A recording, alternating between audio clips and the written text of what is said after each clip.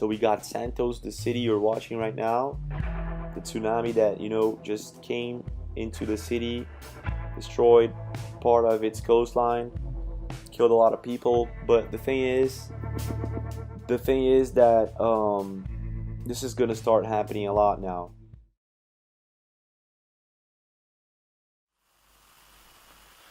So hi there, Dave Dobbs here, aka David Field. Never know which really one I am anymore now. Kind of feel Dave Dobbs is dying a little bit at the moment. But nonetheless, here I am, talking about Nibiru. I want to show you the latest flyby that correlates with all the other flybys I've shown so far before I really get going here, because it's getting, it was taken about the 24th of June.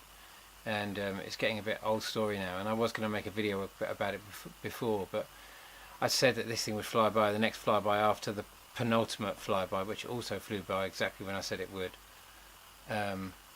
even though people say it did, and everything else like that. And you know, really, I've done my very best to try and show all these flybys, and I'll take you through the whole thing. For those who haven't seen it, I'll do a really quick version. If you want to watch the original, I'll put a link to it. But let me just show you this latest flyby anyway.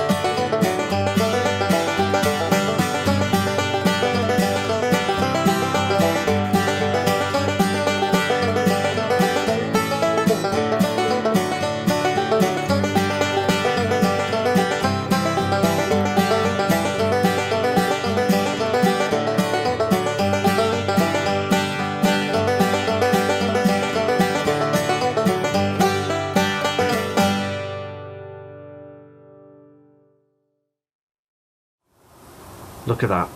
That is absolutely fantastic going down. Thank you for viewing, guys. Fantastic. Fantastic. It's time to believe now, guys. Time to believe. I've got to be honest with you, I just don't know what to do anymore, because can you imagine when I put that sighting up in the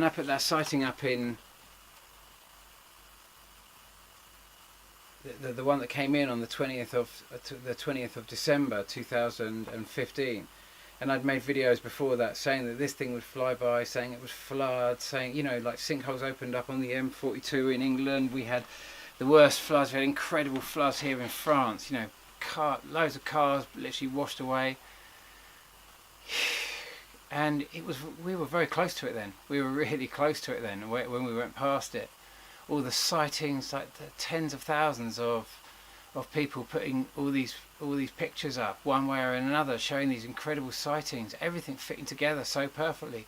Just a sequence of sightings that I put together showing the 200-day cycle that we were being deceived, that all this massive build-up of all these asteroids and comets that have been rapidly coming through are all actually just the same one thing that comes around every 200 days, and that's what I've been trying to demonstrate in my videos, and that falls into the exact sequence of all of the others.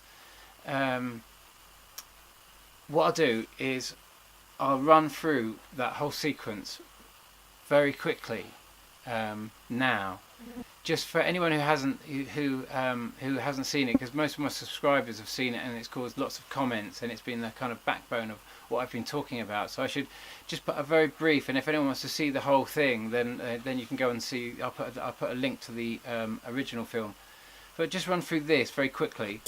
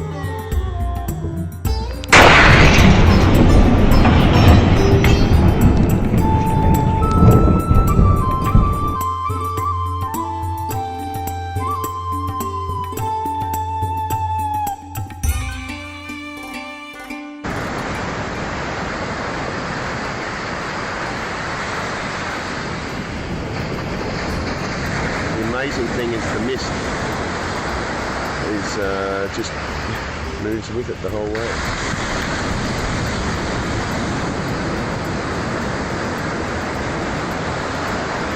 There's the ocean below.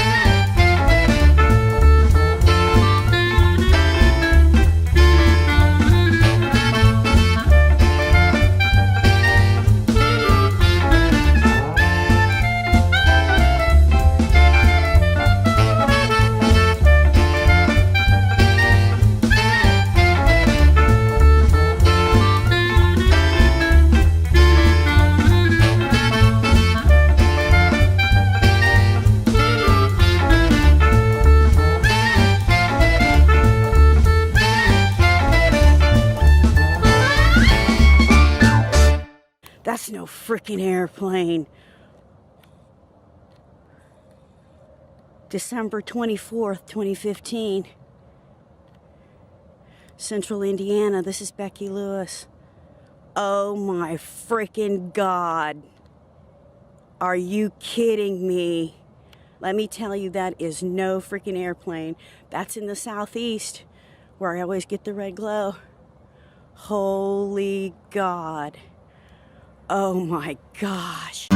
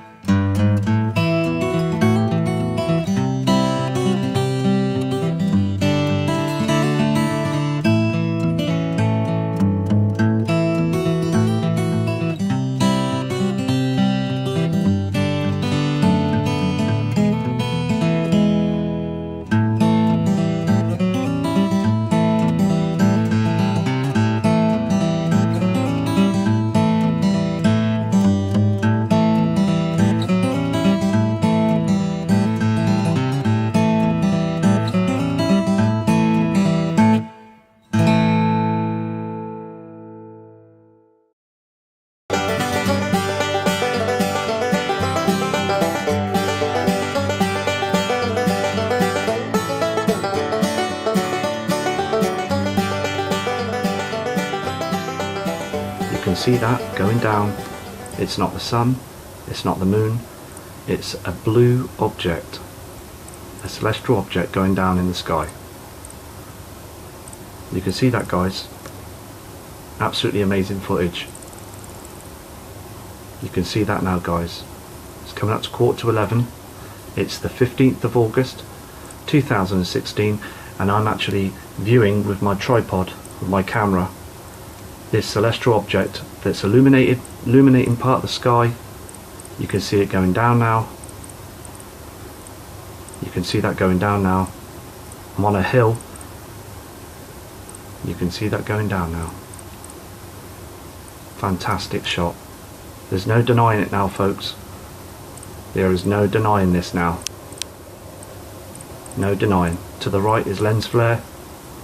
You don't get that with the moon. You can see that going down now, folks. Look at that.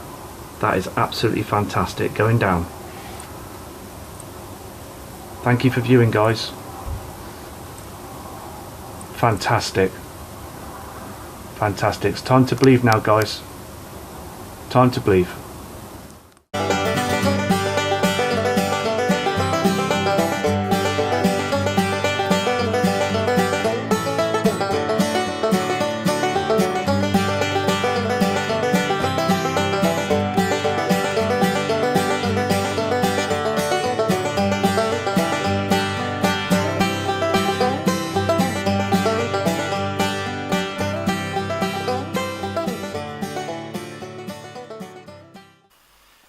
Okay, so hopefully you're kind of up to speed with me now as to where I'm going with this, and let me now just let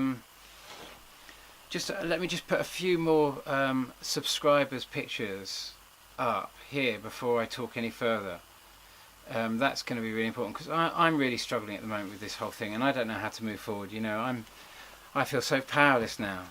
You know, this thing is coming around again. It was going to do everything that happened last year, except that this thing is going to be much bigger this year, and that we know a lot more about it. And the fact that the sighting that I said would be quite horrendous last year, which for many people really was horrendous, even though I feel honestly ruled by the lowest common denominator in my country at the moment.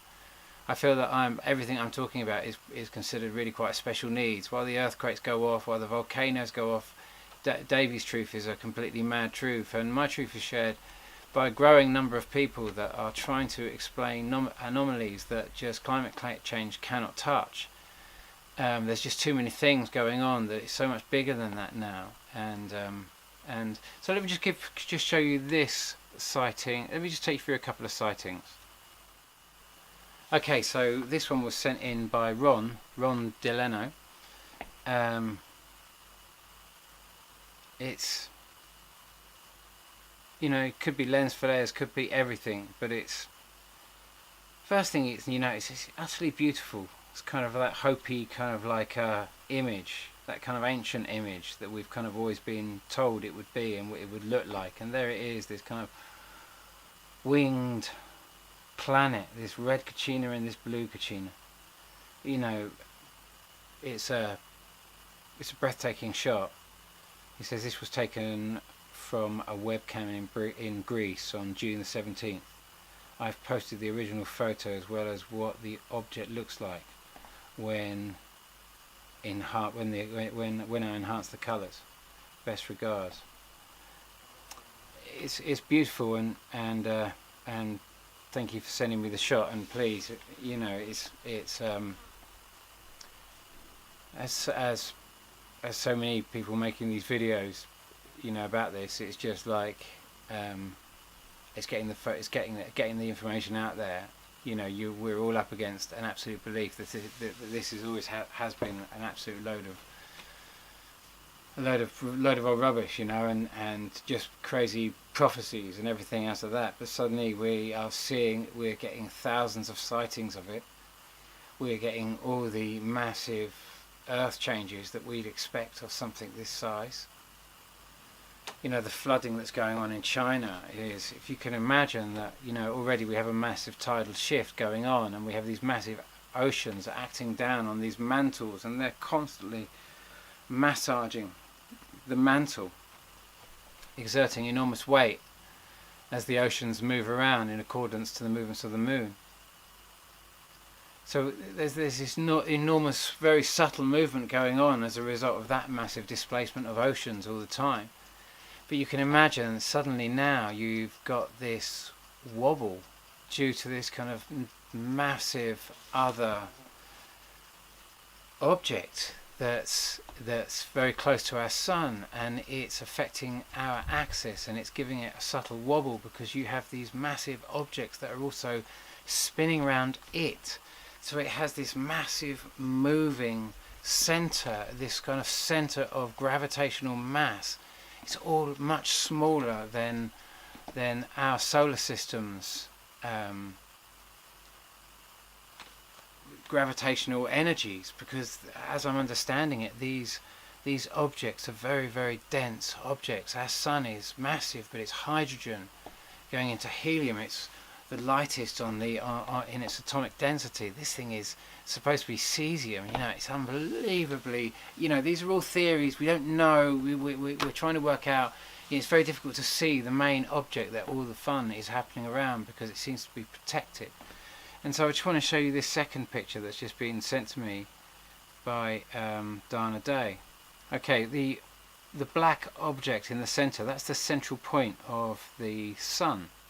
That's the hottest point. And everything else around it is just all light being, but that is actually the sun.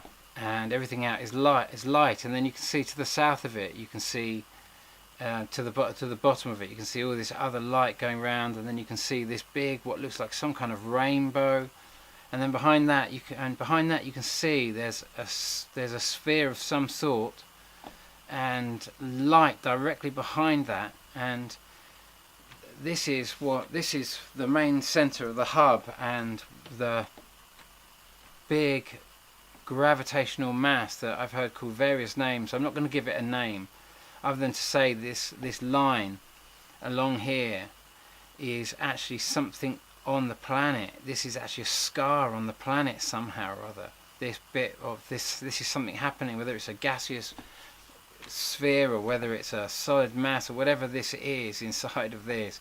It seems to be something that's to do with the actual mass. It's not part of the cloud form or anything else like that. There seems to be something on this that causes this effect. The reality is everything we're seeing here is everything that we were very close to in October, November and December last year.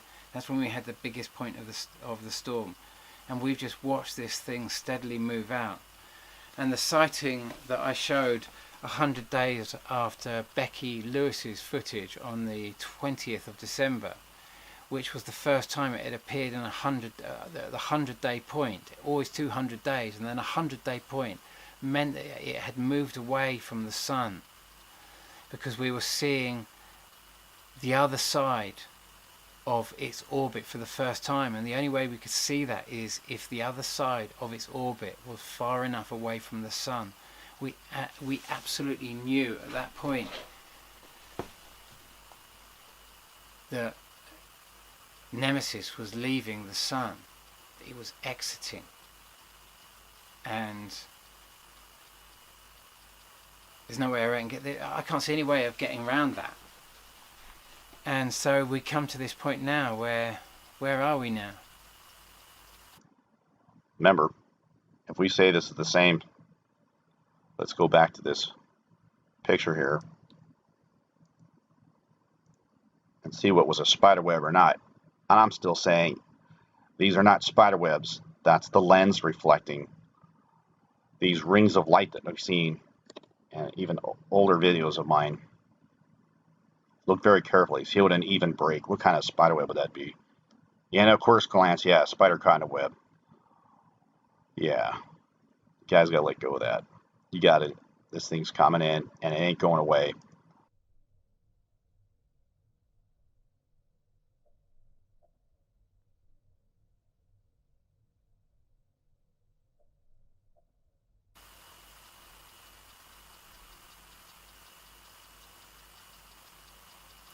You know, what did I do in England?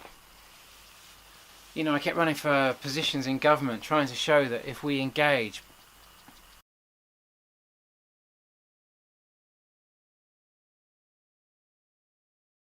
you know, I've done that since 2012. You know, everything I say about Europe, I know a lot of people think, oh, you know, he was pro-Europe and that sort of stuff, and, you know, they've just divided us all. You know, it was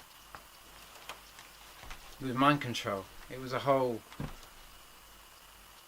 was a big thing that just went down there, you know, and it's going to divide a lot of us, because a lot of us have now to defend our right to break from Europe. And of course, you know, what we didn't like is the fact we're all sitting, one thing in common is that we all know that we're being subverted by bankers, that the whole banking system of this fractional reserve system that isn't even based on gold, it's just based on the movement of money, and so the more money you can move, the more money you can print, and this kind of, it's a very dangerous type of economy because it's built totally on hot air. There's no real value there, and so we're all kind of seeing the same thing. We're all seeing the problems in that, and really what we should have done is, in this democratic system that we had in Europe, we should be utilising our ability to access our democratic process by actually voting, and not just sitting it out and then watch really not pleasant people take the whole system over, drive it into the dirt, and then blame the system they've taken over so they can then have greater power over us. And that's just what's happened. That's literally just what's happened. It's left Britain very vulnerable. Everyone's feeling very nervous. As you probably would have noticed, as soon as that vote came in, many of you that voted for that did you feel that feeling? Was it heavy? Did it make you feel, you know, honestly, outside of all the thoughts running through your head as you desperately tried to sway whatever was going on inside here, what did it feel like? Honestly, when that went down, you know, little bare honesty, you don't have to tell anyone else what that felt like. If you're embarrassed by that and you voted the other way and you have to carry that, and if I don't know which side, you know, I can't see how by breaking away from an alliance that is made of a proportionally run system that took such a long time to get in place. But anyway, we can't dwell in the past, and my message to you right now is to make you understand that it is more than known that this was, even for those who sometimes voted for Brexit, this was not your intention to break up Europe, that you want, that we are all of the same really, is that we want transparency, we want fair banking, we want legitimate banking. We don't want to be ripped apart by this system which is all dollars and no cents. This fractional reserve banking system of absolute credit that is tearing the world apart. We all see the same thing there, I think, you know. And we've invested so much time in the story of climate change. It's been so much part of the structure of how we've managed to try and build this kind of picture of how we need to make our world better by not polluting it so much. And climate change is so fundamentally into that Nibiru seems like a total red herring, a total... let me just check my power's still going. It seems like a total red herring because it smacks in the face of all of this, but there's just too many geological changes happening, and the sightings right now as we come into that, because we're coming into a breathtaking time that is challenging everyone's beliefs right now. You don't know how to get past that. It's a story that is just too much. You know, my name is Dirt. If I'm honest, in England right now, my name is Dirt. You know, I can't post on Facebook because my truth is just a truth that's not wanted by really most of my friends, and I'm not expecting people to do that, because before I'd seen it and had the dream where I was shown it, honestly, I would have never believed it myself, and I'd invested so much of my own time into what I saw was the most likeliest story of what was going down, which was corporations driving us into a dependence on an artificial energy just so they could control us and control the currency. And I've totally been with this. Anyway, it all seems so unbelievable, and then I get some really harsh comments.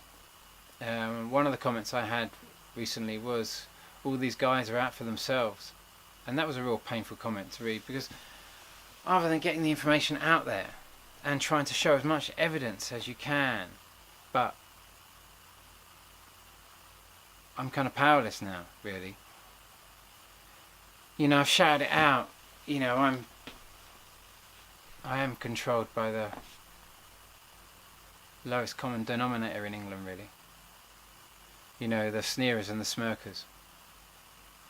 You know, I can't post on Facebook anymore. I just can't handle it, you know. And if I can't put myself up there, then, and the things that are going through me, and I just don't feel I can. I haven't got the strength. And so with YouTube, it makes me feel as if I can post things and people can click on them if they wish to. And Facebook is a little bit more in your face. People don't want to know this news. They want to believe a whole other story. You know, we're allowed the story of terror and everything else that comes into the news, but this kind of like, this story is a story that most cannot handle, and many people have struggled with it. And I just feel like I've got to go and just walk my talk now, you know, and that's what this is all about. So I'm up in the Pyrenees, and the truth is I don't want to be in England now. You know, I don't want to be in England because I just don't feel as if I'm, I know this sounds horrible, and it's not personal to my mates or anything else like that, because I'm sure that they can handle me and myself and that sort of stuff, but me and the story that I have right now is too much for most people in England. They don't want to know it, and I've got to respect and honour that as well, and so I have to just leave that, as I'm making people feel like I'm some kind of religious evangelist, and I don't want to be like that. You know, I just don't want to do that. You know, I see this massive thing coming in, I shout it out that it would pass on the 21st, and it passed on the 20th last year. But honestly, I am controlled by the lowest common denominator. The venue I had in Glastonbury, I lost that because I'm not cool enough for that space anymore. You know, when I started talking about this, you know, I went from hero to zero, but it was also a worthy offering as well, to let go of all of that. You know, because you know, that wasn't how I didn't get that venue I didn't get that whole space in Glastonbury by being cool. You know, when we sort of like, we claimed that area, You know, we did a free party conference the year after that I ran for government with Jim Bob in Brighton with his free party that he'd set up as a result of first running for government in 1997, and it was a whole sound system that kind of like was turned into a political party because of the criminal justice bill. And Norman Cook came and played for the party, and it was a massive kind of like, and then we all went to the election. On the night of the election, it was just one of those nights that was just absolutely off the radar. But I got to see the election hall for what it was, and it was just an empty room full of TV cameras and no people.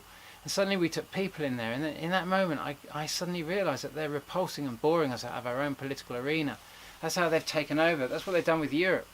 You end up sort of like, you don't vote in it, you just watch it go downhill. It's like a cancer that eats up in it. You don't deal with it, you don't engage with it, and it just becomes like a rotten limb, and eventually you cut it off.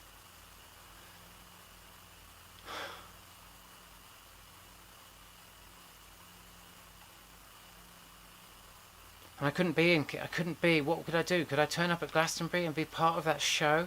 The show that was going to be over the election period, that was going to pull everyone away. It was... So I couldn't go anywhere. I couldn't go, you know what I mean? It was just like, I couldn't give myself to that. You know, when I ran for government in the election just before, in Glastonbury, I was running against James Heapy, the main candidate in the Glastonbury area for the Conservative Party, and his name was Heapy, and I was like, is it never trust a hippie or never trust a Heapy? Can you imagine going into churches and asking people what it's like, knowing that this candidate represents David Cameron, who took us into war against Libya? What does that feel like, to invade a sovereign nation that did nothing to us? You know, what does it mean? Especially I asked, you know, what did it feel like to have this representative of this man that bombed a nation just after Fukushima? You know, and this video may stay out for just a couple of minutes. Maybe it will just be taken down straight away. I don't know, you know, but each and every one of us will be serving some agenda. A lot of people think I'm serving an agenda and making comments and I am serving an agenda. You know, when I spoke to my God, maybe my God is not your God, but when I spoke to my God, I said, when do you step in? And the answer I got, and this wasn't without any ayahuasca, this was locked away up in the mountains on my own, and the answer I got was, I said, when do you step in? And the answer I was given was, at the moment I have both feet in, but if you don't want me, I will take both feet out. That was literally the answer. That was literally the answer I was given. And it is this message that if we do not want divine intervention in this, then we will not have divine intervention. But I've done it. I've done my fair share of it, and I just don't know what to do. You know, like I say, you know, I've kind of done my fair share of it. I've trying to been on this frontier, trying to engage. I don't know the answers, but I do think engaging is always a good thing to do, you know, and try and get involved in the systems and see if you can make them better rather than just destroying them. And I think Europe was an amazing system, and we needed to engage rather than try and get out. And now we're in a vulnerable place. And my message is kind of, it means nothing in England. You know, everything I'm saying, it means nothing in England. I'm just kind of some weirdo talking about something that the consensus cannot believe. You know, in my book I try to persuade people from leaving Europe. And I said that, you know, back in 2012 when I published the book, I said, you know, I had a dream, and it was all about sort of like seeing us come to this juncture of whether we stay in Europe or cut our anchors and go west, and it'll be one or the other. If you're not tied to Europe, then you will be tied to America. This will be all about signing intellectual property deals and trade deals that will tie us into massive contracts with whatever the transatlantic trade and investment partnership really is. We will be tied up within it and to whatever or whoever that contract is truly with.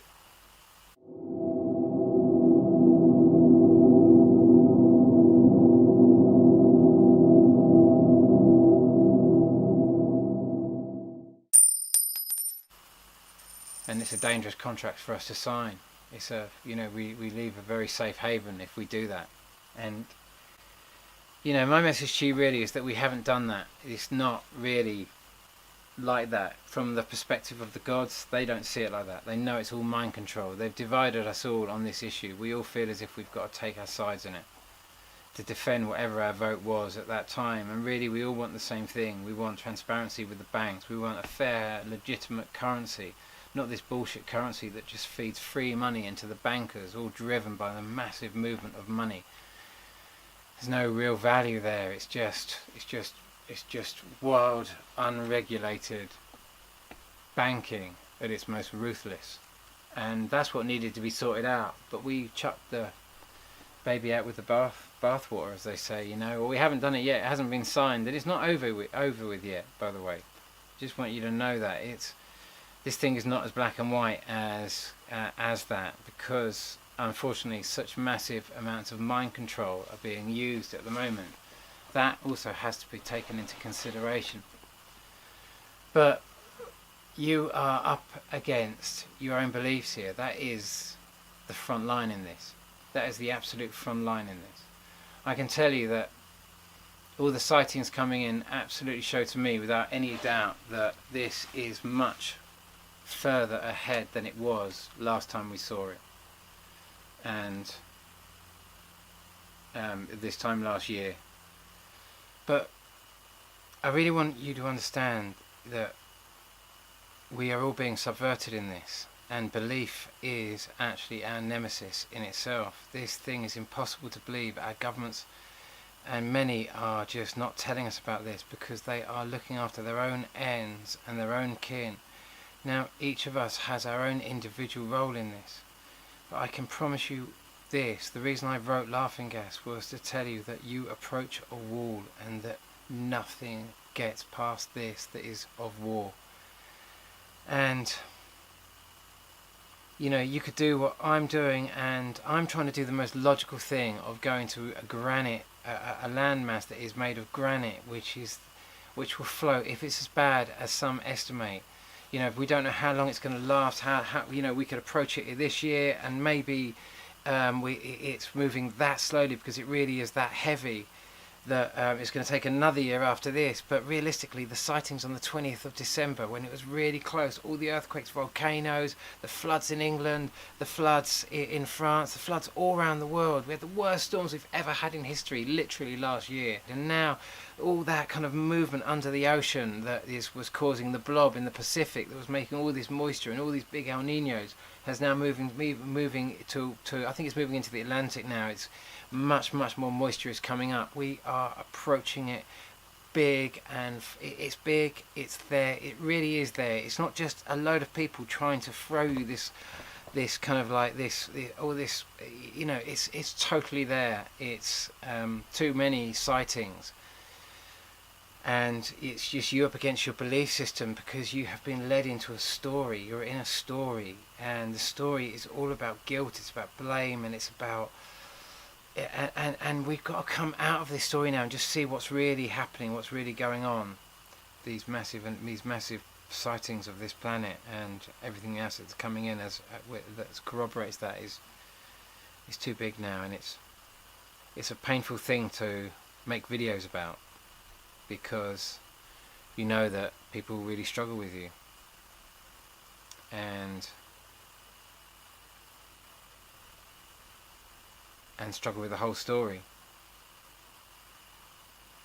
So I don't know what to do anymore, other than, you know, my mum is really sick at the moment, really sick, and she's going to have chemo, and she's really struggled with much of my whole Nibiru story as of late, because it's been so much. She's been obviously dealing with her own crisis, let alone seeing some big thing coming in. But you know, she's an incredible channel, and obviously I'd like to get her up here to the mountains where it's safe, and that seems so ridiculous, I know, to so many, that, and to, you know, it's such a balmy thing to think, isn't it, that you could even step out of the way of this. But the truth is that, you know, you have to apply common sense, you know, trust in Albert type of camel sort of thing. It's you know, you can see common sense, but doing common sense, you know, there's something massive affecting us. Where's the most logical place to go? And for me, the most logical place to go on when an ocean of basaltic kind of sea starts becoming quite turbulent is something that floats on that. And granite is one of the few things that floats on basalt. It's like a raft. It's like a raft in a tempest, in the most Shakespearean sort of sense of the meaning, anyway. And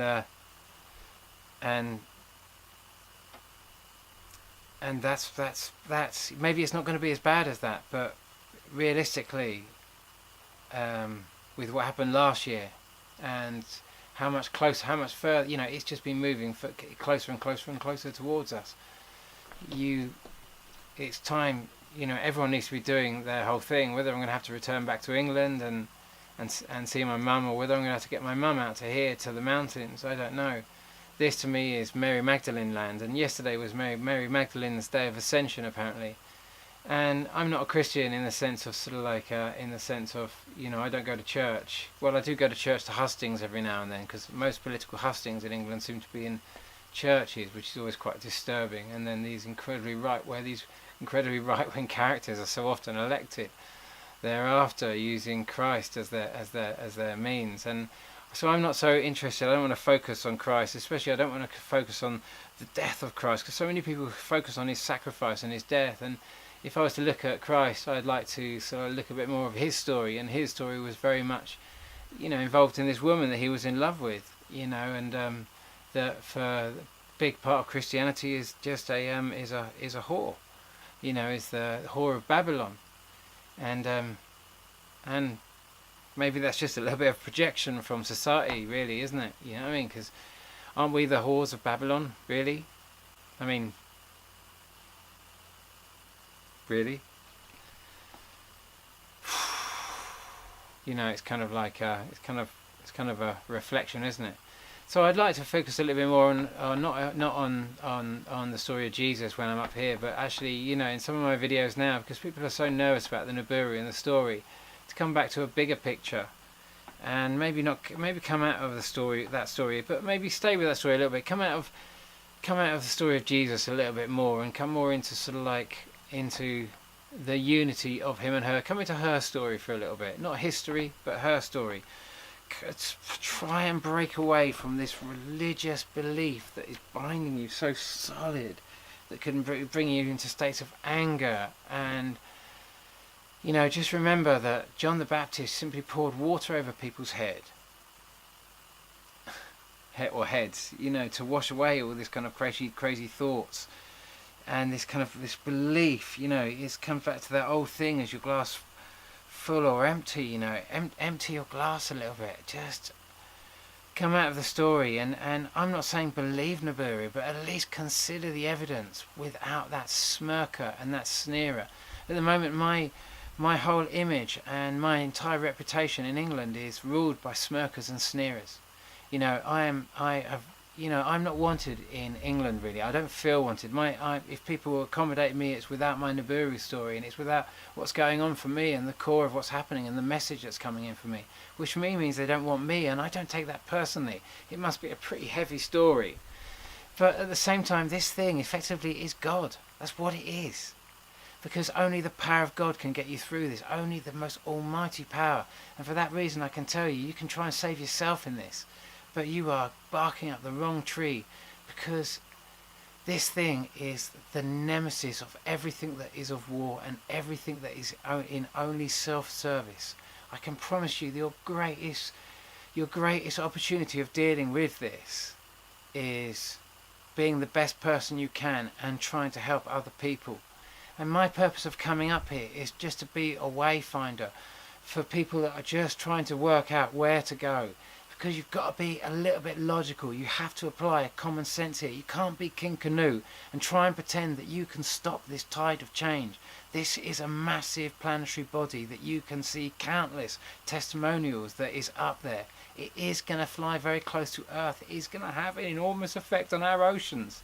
It already is having a massive effect on our oceans, and it's still a very, very long way away. So we got Santos, the city you're watching right now. The tsunami that, you know, just came into the city, destroyed part of its coastline, killed a lot of people. But the thing is that this is gonna start happening a lot now. I can't make people believe. I can't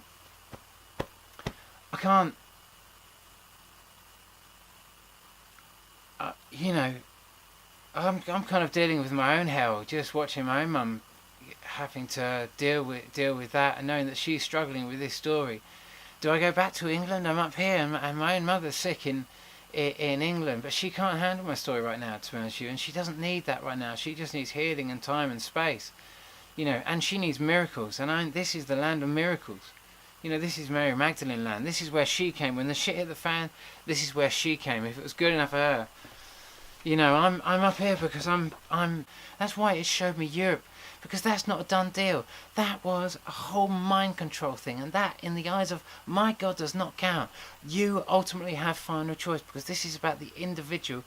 You know, you have to understand that this whole process is not going to be counted like that. In the eyes of the perspective that I'm understanding, this will still be done by the individual. You will decide. It will not be that decides which is your God. In your own hearts you will decide whether you want to go with this absolute religious belief and just fill your house with this onward Christian soldiers. No, it's the first thing that happened. As soon as Britain left, you know, as soon as Theresa May came in, the first thing she did was she signed the Trident deal to make sure the message is crystal clear that this country, or that Britain is of, not this country, but Britain is of war. You know, it is of an aggressive stance with toxic, dangerous weapons that mean you give us what you want or we will bomb you. That is our message. That was the message of Britain when we went into Iraq. It was that they had the intelligence to send them, you know, the 15-minute warning that they could get a missile to us. It wasn't that they could attack us. It was that they were intelligent enough to do it. And we put the same message out there with the Trident message. It is an aggressive stance, and that is the footing that this all sits on, unfortunately. And nothing gets past nemesis that is of war. and your belief systems don't allow you to get through. But I promise you, your belief systems are about to be absolutely smashed to bits. You know, and you're going to see how strong your beliefs. You're going to really try to believe everything you can, that I'm a total idiot, that I'm a total fraud, that this thing isn't coming through, that all the shills and everyone else there that tell it saying that, oh, you know, I'm just like, this was, I'm putting out bullshit, this didn't pass last year. You know, I showed all the footage of this thing passing, I've showed all the footage so far. You know, you are going to throw your absolute beliefs at this, and you are going to fight the war of belief in your own system. That's all that is crumbling now. It's just your story that is falling apart. It is an old third and fourth dimension of reality that is dying. That's all it is. And there's a much bigger picture unfolding, and it's much bigger than this story of war, and this story of aggression, and this story of terror. But it is nemesis, and it is a nemesis to so much of the old way. And it's coming through, and it sits like a bull ahead of us on Earth's train tracks. It is, for all intensive purposes, Shiva. It's, you know, our governments are the most scared of this, believe it or not, because it is their agendas that are most threatened by this, because it is their stance. And they could change their stance, they could change their minds so much, because it is understood. They too are being subverted. They believe they are their thoughts. They believe that they believe the lies that they are being fed by those that are offering them all this intellectual property in exchange. But they offer their own domination in this, and thus are subverted from the very onset by the contract. It's the same deal that was offered last time, and those that offer this deal lose the most sovereignty in this. Yet we are our own worst enemies if we serve only self right now. And so if you think I'm out here serving self and that sort of stuff, then, you know, judge everyone as you wish to be judged. That's all I can tell you. Think of me as you want. Think of me as the lowest piece of shit, because I'm willing to talk my truth about this. You know, I've lost my venue at Glastonbury. That festival was used as a mechanism to destroy Europe. I could not be a part of that, you know, and it's a story that we just don't want to see. And it's a story that if we put our heads in the sand over it, and we don't deal with it, then maybe that's the best way of dealing with it. Everyone's got to do their own way. Everyone's got to choose to see this in their own way. You know, maybe I am wrong here. I'll put my hands up to that. And maybe I am wrong here. Maybe I need to, I don't know what message I see when you see something like this coming in and you see all the evidence and everything says get to high ground and don't try and be King Canute. Understand, you've got to be pretty sensible with this. You know, you can try and throw your beliefs on it that it's not coming in, but and you know, I just don't know what else to say or do now. I'm all out of options. I'm all out of options. You know, I've just got to deal with trying to get my mum out here, because I think this is the most healing place that she could come. She has a terminal condition that I think only a miracle can save her from. And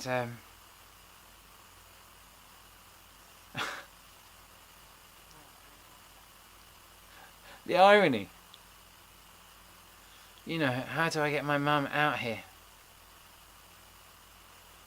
Because I think that she could get the miracle that she needs here from the springs of the Mary Magdalene well. And I think some of you could do with washing your heads in that spring and coming out of that story now. You won't have much longer now, because it's entering our night sky. And so when it enters our night sky, those that are out to save themselves will serve themselves, and they will go where they go on the journey that they need to go on. And those who go to high ground and try to make it available for other people to come and try and find places for them to come and things for them to do and try and open up opportunities will do whatever they do. You know, I am not working for any private cabal, you know, and I had to come into this when all those who started shouting about this in 2012, you know, I never took the piss out of them, and I see every one of those people as correct and right in everything that they did. I have never belittled one of those people, and I never will. The press hyped it up, and Fukushima occurred in 2011. They were absolutely correct. We're too cool for the truth. We're too cool because we don't like looking at the depleted uranium our governments dump, and yet we just go and vote and put the Queen in total power, the very person who, the biggest business who perpetrates that. So all those people that sort of like make the videos out there, you know, the Nibiru watchers, Nibiru watcher, Jeff.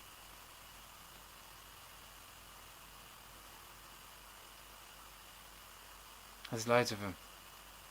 Chris Potter, hero. But anyway, all the people out there that talk your truth against the absolute bombardment of haters that just try and bring the small channels down, the small people that are talking the truth. And I've got no advertising on my channel. You know, I'm not wanted in England right now. You're not ready for me, and I can't be some kind of evangelical kind of like pushing this thing on you. So I just make these videos and put them up on YouTube, and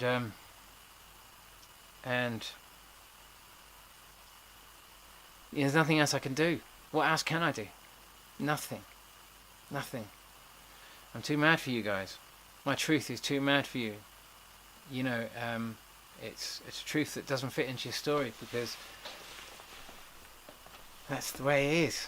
But you know, we all take our time to get there, one way or the other, and one way or another. I can promise you, most of you will go. You'll separate with your beliefs. You know, be kicking and screaming. You won't become your beliefs, but some of you, unfortunately, will become your beliefs, and that's going to be a bit messy.